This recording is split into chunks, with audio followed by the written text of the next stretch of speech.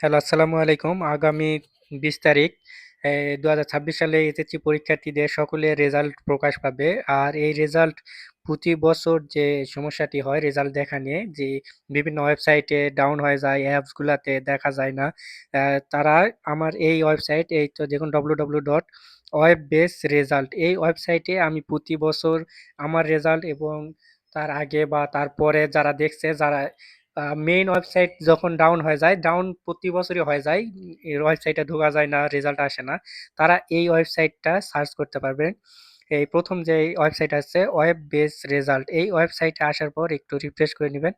নেওয়ার পর আপনারা আপনাদের যে ডিটেলস ইনফরমেশনগুলো চাইবে এগুলো দেওয়ার পর আপনারা সার্চ করবেন, তাহলে আপনাদের এ, যে রেজাল্টে আসছে সেটি আপনারা কাঙ্ক্ষিতভাবে দেখতে পারবেন। আপনাদের বোর্ড, আপনাদের এসএসসি বা এইচএসসি যেটা চাচ্ছেন, আপনার যেহেতু এসএসসি সিলেক্ট করবেন, তারপর 2026 সালের রেজাল্ট 26 সাল সিলেক্ট করবেন। আমি 22 সালে পরীক্ষা দিয়েছি, এই কারণে 22 সিলেক্ট করবেন। আর এখানে ইন্ডিভিজুয়াল দিবেন, কারণ আপনার নিজস্ব ইয়ে চাচ্ছেন, এ, নিজস্ব রেজাল্ট, সে কারণে ইন্ডিভিজুয়াল দিবেন। তারপর আপনি আপনার এসএসসি রোল নাম্বারটি এখানে দিতে হবে এই ঘরে, এবং পরের ঘরে আপনার এসএসসির যে রেজিস্ট্রেশন নাম্বার আছিল এই রেজিস্ট্রেশন নাম্বারটি এই ঘরে ফিল আপ করতে হবে।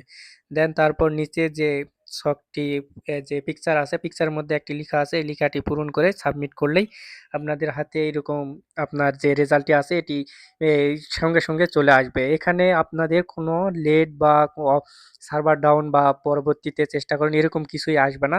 সাধারণত মেইন যে ওয়েবসাইট আছে ওখানে সবসময় মানে প্রতি বছরই সবাই একসাথে ট্রাই করার কারণে সার্ভার ডাউন হয়ে যায় বা অনেক সমস্যা হয় বা বিভিন্ন ধরনের অনেক অ্যাপস দেখা যায়, এগুলোতেও দেখা যায় না কারণ সবাই একসাথে ইয়ে করে।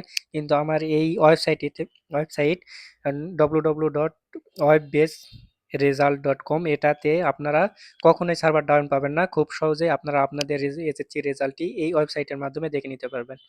ধন্যবাদ। আর এই ওয়েবসাইটের মাধ্যমে এখান থেকে আপনারা প্রিন্টের অপশনে গিয়ে আপনারা এই আপনার রেজাল্ট শিটটি ডাউনলোড বা সেভ অপশনে ক্লিক করে সেভ করে নিতে পারবেন। দেন সেভ করার পর আপনারা আপনাদের ফোনের ফাইল ম্যানেজারে গিয়ে